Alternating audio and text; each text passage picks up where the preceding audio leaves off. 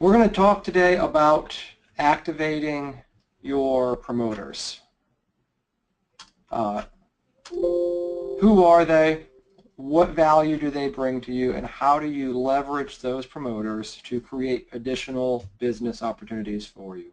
The good news, you've done the hard part. You found a client. You delivered a successful project for the client. You've gotten some feedback that the client is thrilled, they're happy. Congratulations. The client might have even told you or indicated in some way that they are highly likely to recommend you to someone else. And at this point, you sit back and you wait for that word of mouth. You're just hoping that the client is sitting out there thinking really hard about who does she know that could use your specific skill set? What problems are her colleagues dealing with that you are just perfectly positioned to solve? Unfortunately, that's kind of hard to do, and your clients are busy. They have a bunch of other things going on in their mind. They're not often sitting around thinking, how can they refer someone to you? Therefore, it's our job to make it easy. If we've done well for our clients, we've likely done so because we make their job easier. And we want to make their job of knowing who to introduce us to and how as easy as possible. The first part of this process comes from identifying who your promoters are. Creating a promoter isn't good enough in itself. It's always great to have promoters, and yes, if you've done well for your clients, if you've really delighted them, they do talk about you, they do say good things about you. But finding who those promoters are and leveraging them to more actively bring you new opportunities is really your responsibility. So how do you identify a promoter so you know where to start? Many of you may have asked a question like this to a client after a project. How likely are you to recommend us to a colleague or peer? This is the Net Promoter System, if you're familiar with NPS. The scale goes from 0, very unlikely, to 10, very likely. And broadly speaking, respondents are divided into 3 categories. Detractors, those who score a 6 or lower. Research indicates detractors are actively dissatisfied with the service they received, and they may be actively tarnishing or damaging your brand. They are talking about you, but the things they're saying aren't usually very positive. Passives are clients that are passively satisfied. You've done what was required, they're fine. I call this group the gas station on the right. If you're driving down the road on a busy 5-lane road with a center turn lane and your gas light comes on, there's a gas station on the right and a gas station on the left. Which one do you go to? Most people will turn and go to the gas station on the right, as opposed to trying to cut across all those lanes of traffic and then leaving, having to cut back out across all the traffic. A week later, on the same road, going the opposite direction, your gas light comes on. What do?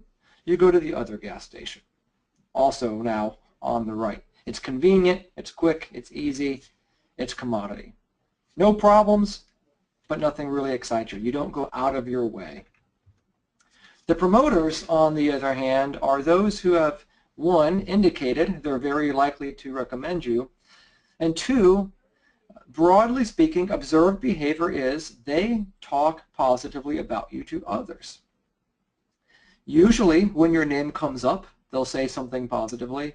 Sometimes they'll even volunteer information to others without having to be prompted.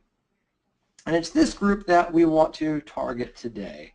This group of promoters, those who have either indicated directly via feedback like this, or indicated in some other manner through behavior, through unsolicited feedback, through accolades and praise you may have collected at a project closeout meeting or via email. When you think you've identified a promoter, someone who's demonstrating these behaviors, how do you take them from being likely to recommend you and turning them into people who actually will introduce you, recommend you, and refer you to others? Aside from the recommendation sources, the value of these promoters, what else you're gaining through these big fans, these raving fans of yours. They tend to stay longer. They buy more services from you. They actually cost less to serve. They're usually happy. Happy clients aren't as challenging. They make it easier for you to take good care of them. They don't take as much work. They will often help you identify ways to reduce costs. Because things are going well, they may pinpoint some areas where you're working really hard on things that maybe aren't necessary. They can help you identify where you can pare back so you can deliver even more efficiently. They will bring you new clients. And of course, a happy client, a promoter client, will oftentimes lead to happy project managers and happy staff. We all enjoy the personal satisfaction of having a client say, "Great job, well done." That makes coming to work every day a little bit more worth it. And there's a lot of reasons why these promoters are valuable, and it's important to identify them so you can capitalize on all of these areas. We'll focus now specifically on how do we activate those promoters, that bottom middle box of helping them bring you new clients. We're going to go through a three-step process here: the research phase, the relate phase, and the react phase. These three steps will get you to a referral almost every time. In the research phase, we're going to try to figure out who do we want to meet and how can we help that person that we want to meet. Begin by reviewing the feedback you've received from your clients. If you're actively soliciting feedback, you should have survey results. You should be able to generate a quick list of here's all the people that are in that promoter category. That's a great place to start. You may have to go to some informal sources of information in order to gather this insight. Perhaps you want to read through some of your emails, look for tone, look for words, look for clients who have said, "This is really great, exactly what I was looking for," the kind of praises and sentiment that would indicate a promoter. You may also want to do some financial research. Oftentimes promoters are going to be visible based on their buying and spending patterns. If you have a long-term repeat client, just because they're a long-term repeat client doesn't make them a promoter. You could be that gas station on the right and they just happen to drive down that road every day. But look for patterns. Are you increasing revenue with that client? Are you increasing margin with that client? If you know what their share of spending is, what is your share of that spending? Is that share increasing or decreasing? When you identify some of these financial patterns, a growth in revenue, growth in margin, growth in share of wallet, those are all good indicators that you have a promoter. If you have a hard time identifying who your promoters are, there's no easier place to start than simply asking. Set a process in place to gather feedback to find out which clients are in that category of very likely to recommend. When you have a list of potential suspects, now gather an internal team and do a peer review. You've got your list. Here's who I think might be promoters. They've either told us or we have some other indicators suggesting promoter behavior. What do we as a collective know about these clients? What do we know about their potential portfolio of work? What do we know about the organization they work for and who else in the organization might buy services like ours? Who do we know inside their network or who else they might be connected to? Leverage that group to identify the potential for each one of those promoters. You're going to use that information to start deciding and prioritizing which promoters are you going to go approach first. You also use this conversation to begin delegating who is the best person to go approach each one of these promoters. Generally speaking, the best person is the closest to that client who has the most responsibility for creating that client's success. It may be a project manager, principal, a partner.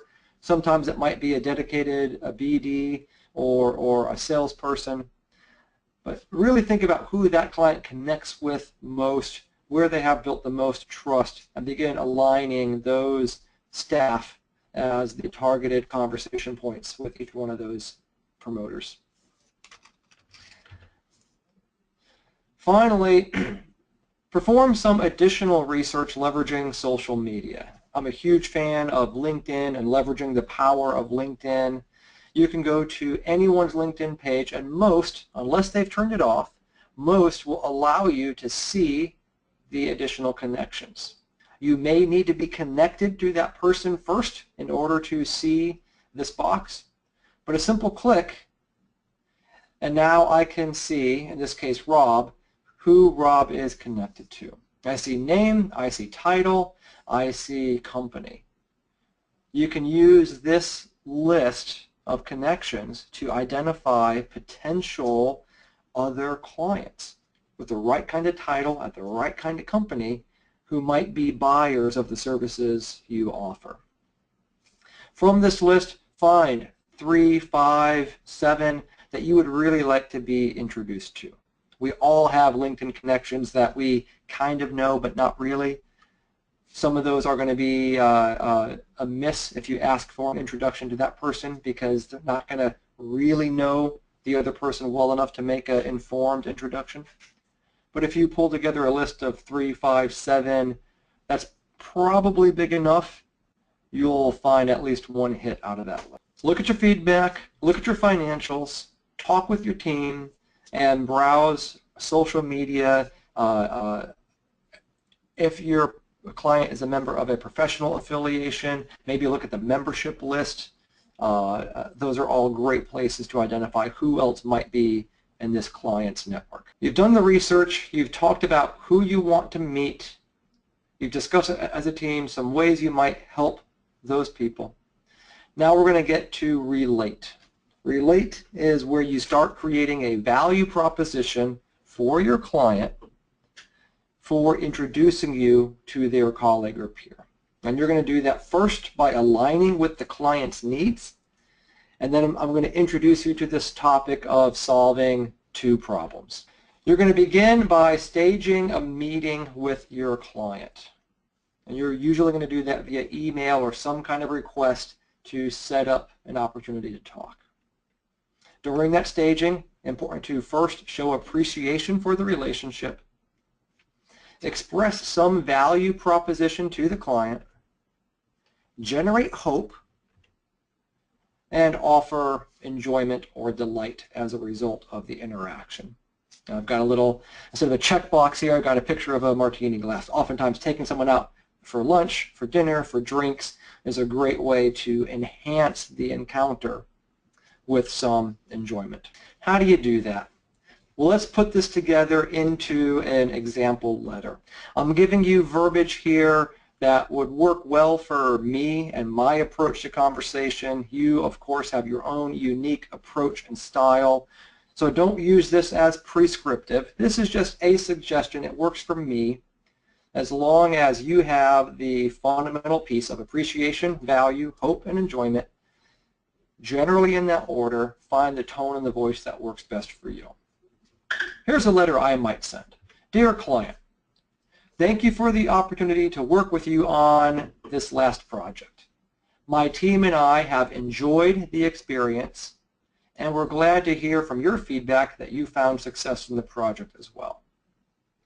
You're basically saying, we like working with you. Thank you for the chance for us to have a positive experience along with your positive experience. Next, value proposition. I would like to schedule a time to talk about your success and what things we are doing specifically that help. It's critical to us that we don't take success for granted and that we carefully examine how to continue achieving for you in our quest to always improve. The purpose of the meeting, we're inviting you to a meeting, is to discuss what's working well and figure out how do we continue to do that and maybe even advance it further for your value. Now, hope. Think back to something the client has said to you. Again, if you've gathered feedback formally, there may be some comments or insights in the feedback. If not, read through some emails, think through some conversations towards a specific instance a client cited something that worked well. You would continue the letter. We heard you say that something positive from what you said is making an impact, and that's just one area we can investigate. So you're not going to make the client do the hard work of trying to figure out what you can talk about. You're giving the client a prompt. We want to create more value for you. We want to further your success. Here's one thing you've already told us worked well. Let's start the conversation there.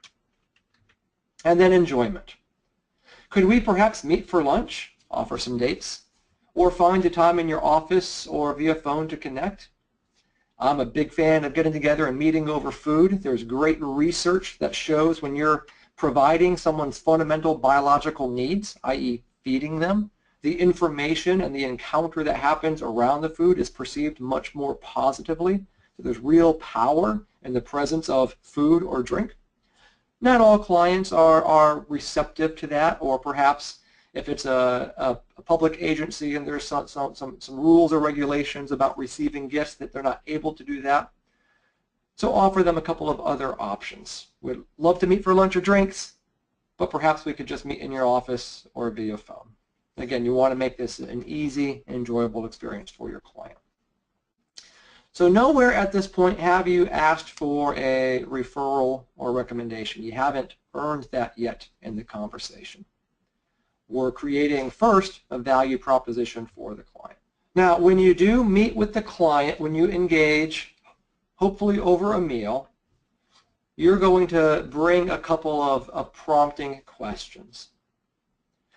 Hey, Mr. Client, can you tell me a little bit more about why this thing you said you love worked so well for you? Help me understand that more. You don't have to be very specific, but do point to one or two things the client referenced specifically. It'll make it easier for them to target the conversation.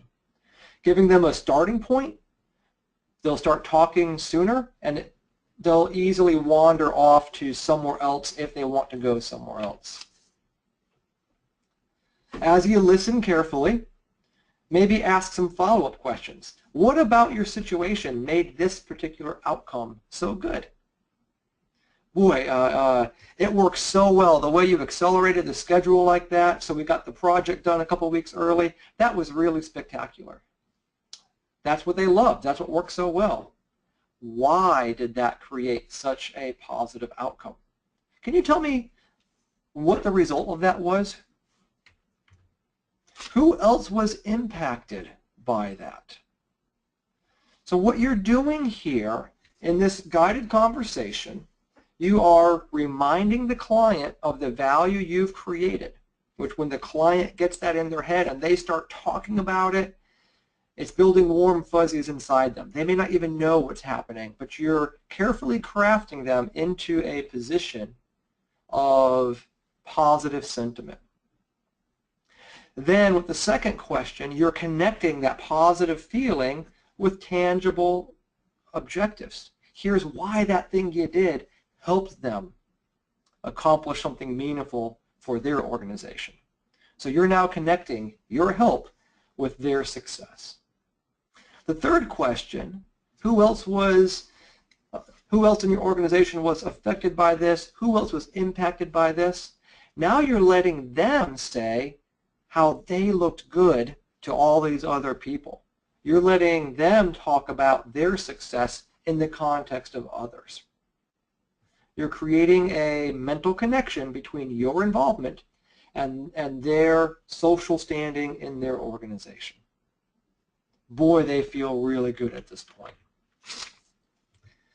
And now add a checklist item here. When you go through that conversation, explore a little bit further, discuss how you can repeat that performance for them. If there's particular things you did, maybe it was accidental, but now you want to do it again. What's the process? What are the procedures you used? How did you create that successful outcome for the client? And let the client see it wasn't an accident. Let the client build trust and faith that you're going to do that for him again and again and again. And then confirm from the client, when we did this, it contributed to this outcome. Do you see how all that connects together? and you're getting the client bought into your successful process. You may push even a little bit further. You don't have to go down this right-hand column, but you may probe further.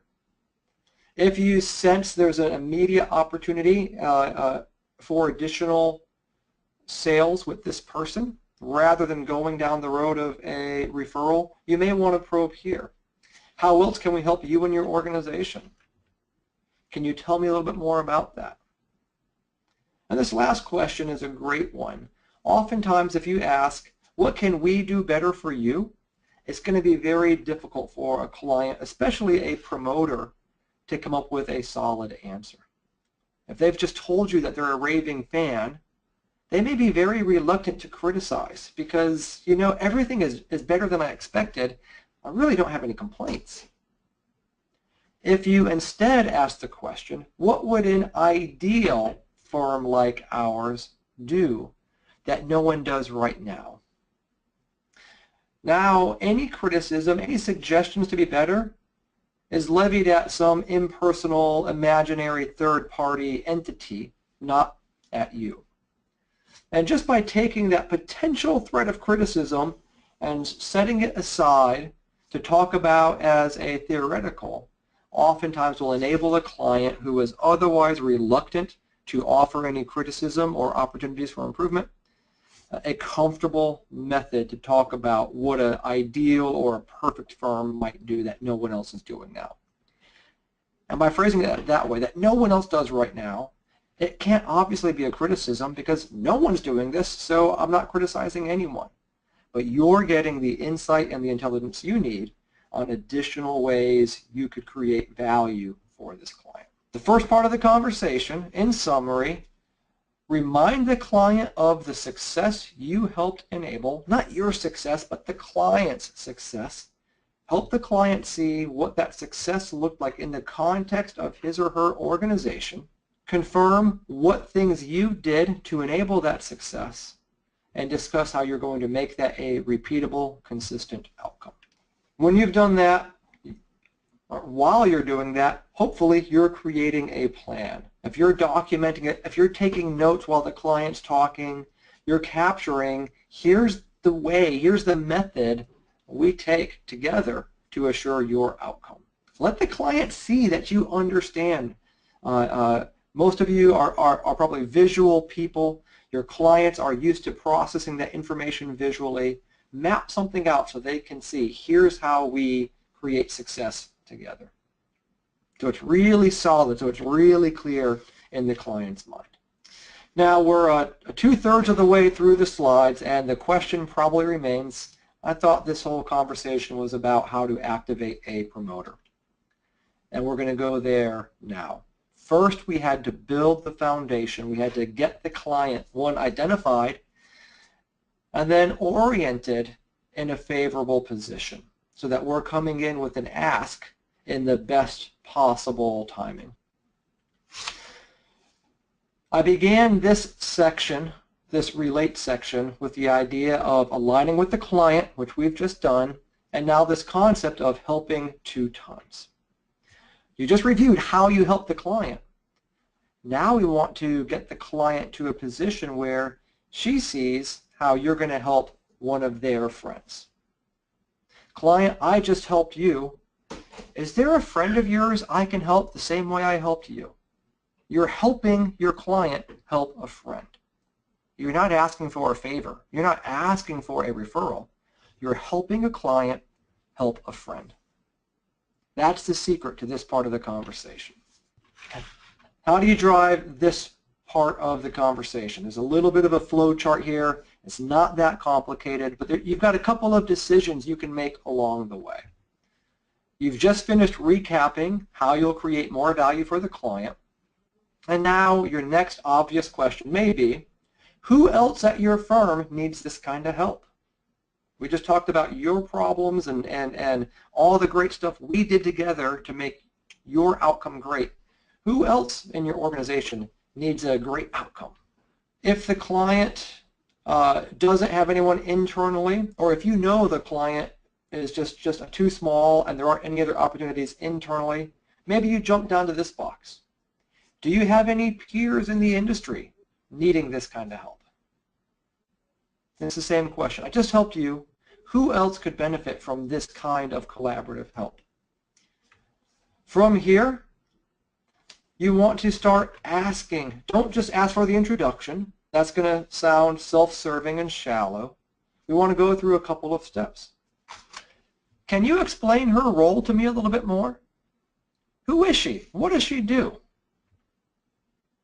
Do you know any of the challenges that she's trying to solve right now? If your client does know, boy, you've got a really strong position now because you've got some intel into very specifically what problems you can help solve. You can be very targeted in your business development pursuit. But this is also engaging your client in the thought process of, I'm not doing a referral, I'm helping a friend. And in order for that thought process to be consistent all the way through and for the client to connect you as the person to go help, it works best if you help your client identify who, what that person's role is, and what problems that person is dealing with, so that the introduction she makes is a favor to a friend, not a favor to you. Once you've identified who, you've identified the role, and you've discussed any potential challenges, now you're in a position you can ask for the introduction. Would you introduce me so I can maybe offer her some help or advice on how to solve that problem? Maybe I could help her the same way I've helped you. There's an alternate path to get to this question. If we go up to this yellow box and the box right below it, if your client balks, if they don't answer with any names, they can't think of anyone in their organization, no names come to mind out of the organization, here's where your reconnaissance comes in helpful. That work you did on LinkedIn, talking with your teammates about who else might you want to get introduced to. Now you can introduce a couple of names.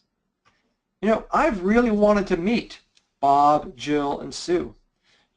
Do you know any of them? You may not be able to route through these top questions, but at this point, you're really at the end of the conversation, and you're going to jump right to, would you be able to introduce me? So multiple paths to either find someone in the organization, someone that they know could use your help, or someone you just want to get connected to. Do your best to communicate an interest and desire in understanding that person and that person's problems so that the introduction comes across as, I'm just interested in helping solve the problem, and rather than I'm looking for additional business. Once you've got to one introduction, offer a plan, a method for how you're going to get connected. Would you send so-and-so an email and copy me and facilitate the introduction, and then I can pick up the conversation from there? Negotiate what that path of introduction looks like and stop. Boy, it can be tempting to run back through and try to get 3, 4, 5 names. I'm going to encourage you to wait just a little bit, because when you get all the way through this process, the likelihood and willingness of them to offer more names later goes up dramatically. So this first time through, let's just get one name. Thank the client. The client has just shared some great insights with you on how to continue to serve the client even better. She's given you some advice, and she's said she's willing to introduce you to someone else. Thank the client and wrap the meeting. Now we're in the third phase, the react phase. How do you react to this introduction? You want to show that you want to show your care, and you want to demonstrate your help. Immediately after the meeting, recap in writing. Go back to the client. Begin with the agreements you made on how to continue improving value for the client. We heard you say you really loved this. Here's the impact that it made. Here's what we did together to create that outcome. Here's what we're going to keep doing. Here's what we're going to add to assure your continued success. So recap again with that hope and excitement. If there are any action items, provide a status. You said one thing a perfect design firm could do was X. I've now talked with Bob. I'm going to talk with Sue. We're going to do this and we're going to do this. Here's our action items and the progress on those. Show the client you're making progress towards this improved future. Then, again, you're first building value with the client, putting the client first. Now you're going to list the referral and the method of introduction. You indicated that Joe might be dealing with some of the similar challenges we helped you solve. Thank you for the offer to introduce us.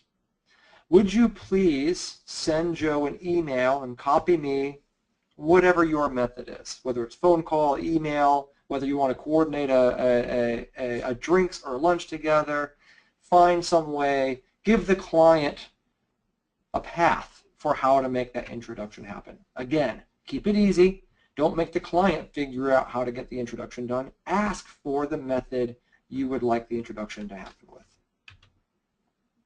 And then end that communication. This is important. End that communication with, I look forward to your introduction and reporting back how we've been able to help them too. I look forward to your introduction, builds the commitment from the client. The client's on the hook to follow through now. And reporting back to you, I'm going to keep you engaged in the process so you know what I'm doing with this relationship you've trusted me with. How you treat the relationship reflects on this client. If you treat it well, you make the client look good. If you treat this introduction poorly, you don't make the client look good. So you want to continue to create that sense of stewardship with the client. And one way you're going to demonstrate that stewardship is by reporting back all along the way. And the last piece, how we've been able to help them too. You're focused on the reason why the client should introduce you. You're going to help your friend by introducing me. And together, you, me, and the client, we're going to work together to solve some problems. That's the concept of helping 2 times. You're helping the client, and then you're helping the client's client. When you get that introduction, and now you're talking to the referred potential client, don't sell. Don't bring brochures. Don't tell them all the great things you do. Don't list your services or talk about how many people or what your geography is. That becomes a sales pitch, and it's not about you. Now, of course, you're there selling. So I say don't sell carefully. You're absolutely selling, but don't be a salesperson. Instead, guide the conversation. Ask the potential client, what do you know about the project I just helped Jill with? So you're starting out talking about someone who's probably not in the room, but you're also hearing from this potential client what he knows about this other client you already helped. That gives you some insight as to whether they've already been talking to each other. And if you find out they have, you're a mile further down the road. It also creates a basis by which you can now ask some probing questions that, again, don't feel selfish, but really sound curious and interested in helping. How are your projects similar to Jill's projects? How are they different? So you start out talking about someone else, that's easy, and then you create this connecting question that gets the prospect talking about himself. If you hear some problems that you've helped solve before, great. If you haven't, maybe prompt with a couple. We help Jill with this problem. Is that one that you share? So you're asking for, you're seeking for, you're probing some potential areas where you could help without ever telling him what you're going to do. You're probing first for his problems, his needs, his challenges. Once you've got them talking, you can then be a little bit more direct. What other challenges have you faced on your projects? You may need to prompt for 1 or 2 first to build some trust, build some rapport. Then you can open a little more broadly to get them talking to you. And then again, instead of saying, here's the services we offer that solve that problem, share stories about how others solved similar problems. Now, no, these are not you solving their problems. This is stories about other clients who solved their problems with your help. Don't put yourself in the spotlight. No one wants to hire you. What people want to do is buy outcomes like their peers. They want to have that sense of accomplishment for themselves. So tell your success stories, reveal what services you can provide through stories about others that you've already helped. You know, here's how the University of XYZ was dealing with a similar problem, and they did this and they did this and we helped them with that, and here's what they accomplished. You've just told a great reference story that allows you to brag about yourself a little bit without ever sounding self-serving or selfish. You may at some point need to offer some ideas. Well, have you considered this? You know, maybe if you tried something like that, that might work. Would it help if blah, blah, blah, blah? You're offering ideas, strategies, guidance, but you're not offering direct help.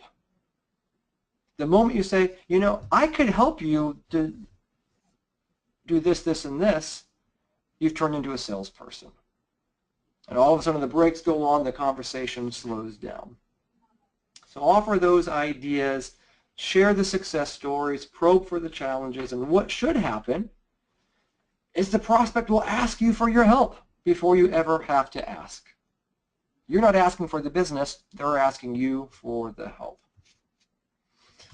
You started the conversation in a position of trust because you were referred from a trusted colleague. You talked about that client's problem and the success that client had. You've talked about what's similar, what's different. You've probed for some problems, shared success stories, offered some ideas, and the client is now in a great position to offer work. After the referral meeting, after you've done that lunch, talked with that prospect, report back to the client who made the referral. Hey Jill, I met with Bob today. It was a great meeting. Thank you for the introduction. I discovered she's dealing with this challenge, very similar to yours. I think we might be able to help by doing this. I wanted to get your thoughts on that. This is that closing the loop piece that shows your client you're interested in helping her friend rather than demonstrating you're just interested in a name so you can try to go pitch someone's services. You're helping your client help a friend.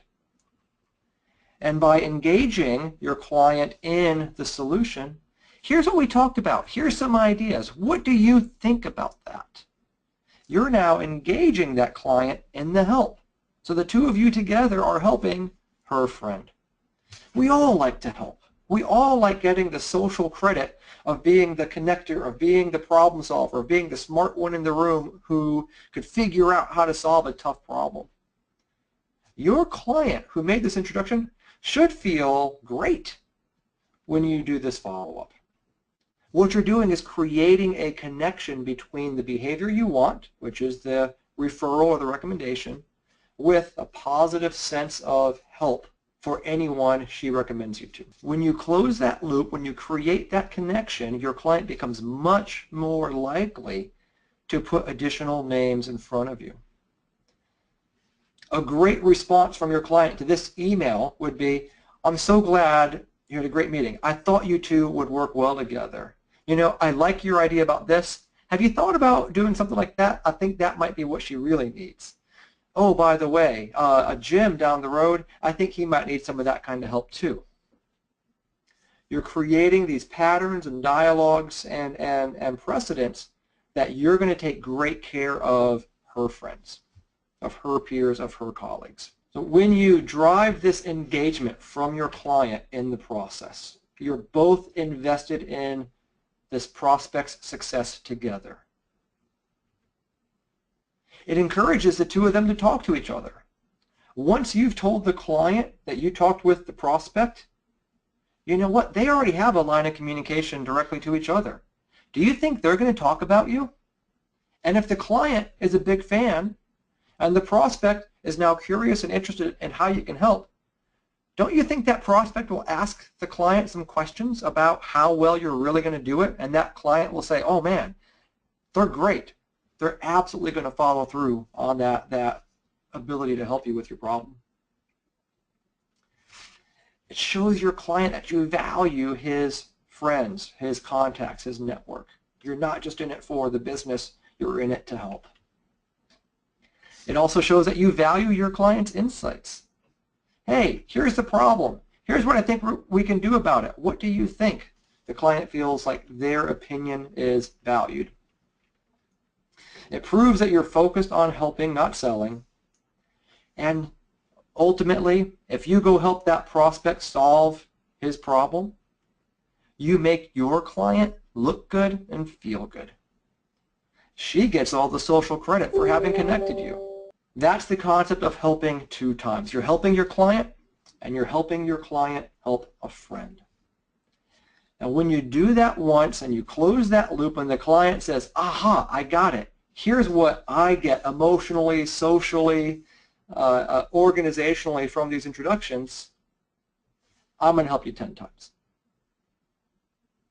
It's leveraging that client's network to its fullest because the client feels excited and feels connected and feels value every time you go through the process. And then each one of these new clients you acquire, you do great work, you take care of them, turn them into promoters. It is a massive exponential network effect to drive explosive growth. And this process can be intimidating for technical staff, for seller doers. It can be a little fearful if you're not comfortable having these kinds of conversations. So when you do and when you have success, share the story. Talk to your colleagues, talk to your peers, your manager, your subordinates. Tell the world when this process works effectively. Share your secrets. Build encouragement internally that this is an effective process to drive business development. We're all in such a strong seller-doer world. One of the hardest things to do is go sell when we got into the business because we really like to do. If you can make this process comfortable, easy, fun, enjoyable, value-added, both for you, your client, and your prospective clients, and the process works, share your successes to encourage everyone else to do the same thing. I'm going to open up the floor for questions at this time. If you have any questions, please click on the left arrow at the top of the GoToWebinar control panel. That will expand the control panel.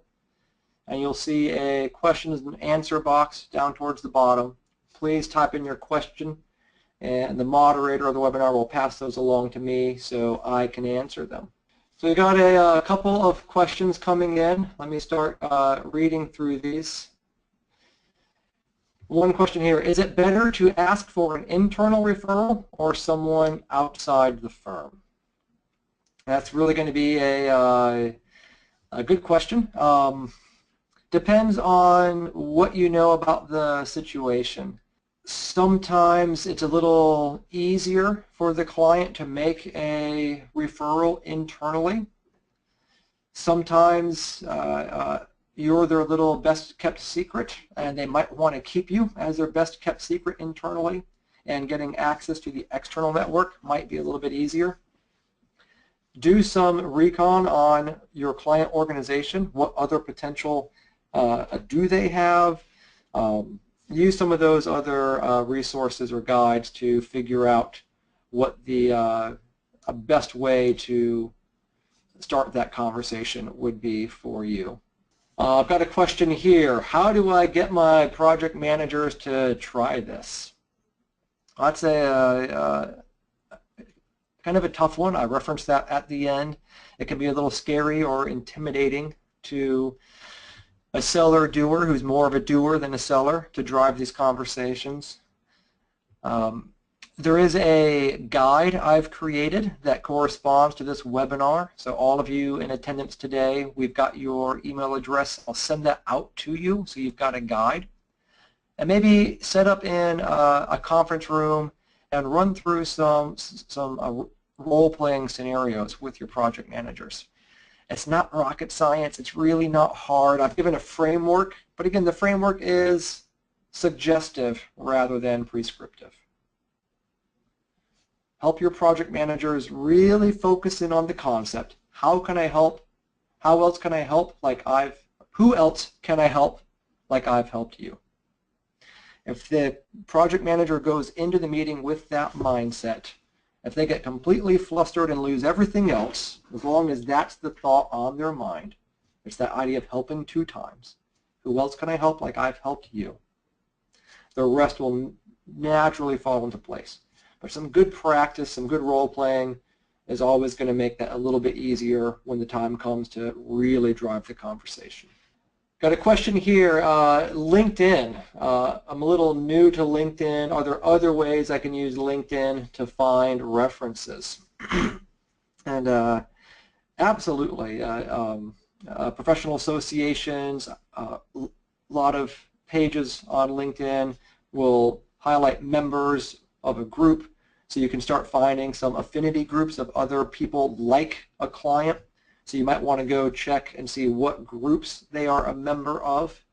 That's usually down towards the bottom of the page. It'll show what their interests, likes, and follows are. Go look in some of those groups and then explore those members and see if there's anyone in there that your client is connected to. It'll tell you if they're a first or second degree, a connection. You can also if you've been through this process once or twice with the client, if you've successfully navigated the referral conversation and had a good show of helping one of your client's colleagues, you might take it a little bit further. Again, once you've built the trust, this is a big ask, but it does work. Hey, client, do you mind if we sit down together and look at your LinkedIn network? And maybe that'll remind you of a few people in your network that could use some help from me. Again, you've got to wait until the client really feels that she will be successful because of your involvement. So I wouldn't go there on the first round, maybe not even the second round. But once you've done this with the client a couple times, that can be a great way to dig deeper into her network and find additional opportunities to help. I don't see any other questions coming in at this time. If you do have any questions or one sparks in your imagination late tonight while you're lying in bed, my email address is on the screen. Please send me your question. I'll be happy to respond with as much detail as I can. Again, I will send each of you a guidebook for how to activate a promoter. That corresponds very closely with the method I've revealed today. Those of you who are watching this webinar in a recorded mode, I don't know who you are, so if you would like a copy of that guidebook, please email me, ryan@clientsavvy.com, and I'll be more than happy to share that guidebook with you as well.